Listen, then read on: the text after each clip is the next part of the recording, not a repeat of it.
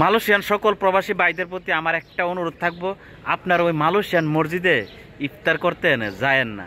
আমরা বাঙালিদের তো এমনি সারা বিশ্বে বদনামের শেষ নেই। আমরা যদি একটু দোষ করি, এটা মিডিয়ার মাধ্যমে বড় আকারে প্রকাশ করে আমাদের শরীরে এমনিই বেশি গন্ধ। ওই 5 রিঙ্গিত 10 রিঙ্গিতের ইফতার করার জন্য মসজিদে যায়া নিজেদের মান সম্মানটা আর নষ্ট করেন না। আপনি যদি 150 থেকে 200 রিঙ্গিত খরচ করেন, সারা মাস ভরপুর ইফতার করতে পারবেন। 11 মাস তো কিপটামি শেষরামি করছেন, মায়ের রমজান মাস উপলক্ষে ওই শেষরামি কিপটামিটা বাদ দেন। পরিবারের জন্য তো এই মায়ের রমজান মাস উপলক্ষে লক্ষ লক্ষ টাকা বাড়িতে পাঠাইছেন, আর নিজের জন্য এই 1 মাসে 200 রিঙ্গিত খরচ করতে পারেন না রে ভাই। এইসব কিপটামি শেষরামি বাদ দেন। মায়ের রমজান মাস উপলক্ষে নিজের জন্য কিছু খরচ করেন। মায়ের রমজান মাসে যতই খরচ করেন আপনি, উপরওয়ালার কাছে তার জবাবদিহিতা করতে হবে না।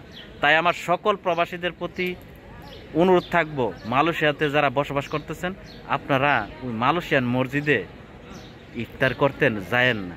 মিডিয়াতে তারা যেভাবে সম্প্রচারটা করছে যে বাংলাদেশিদের জন্য তারা নাকি মসজিদে গিয়ে ইফতার করতে পারে না, এর চাইতে বড় শরম আমাদের আর কি হতে পারে।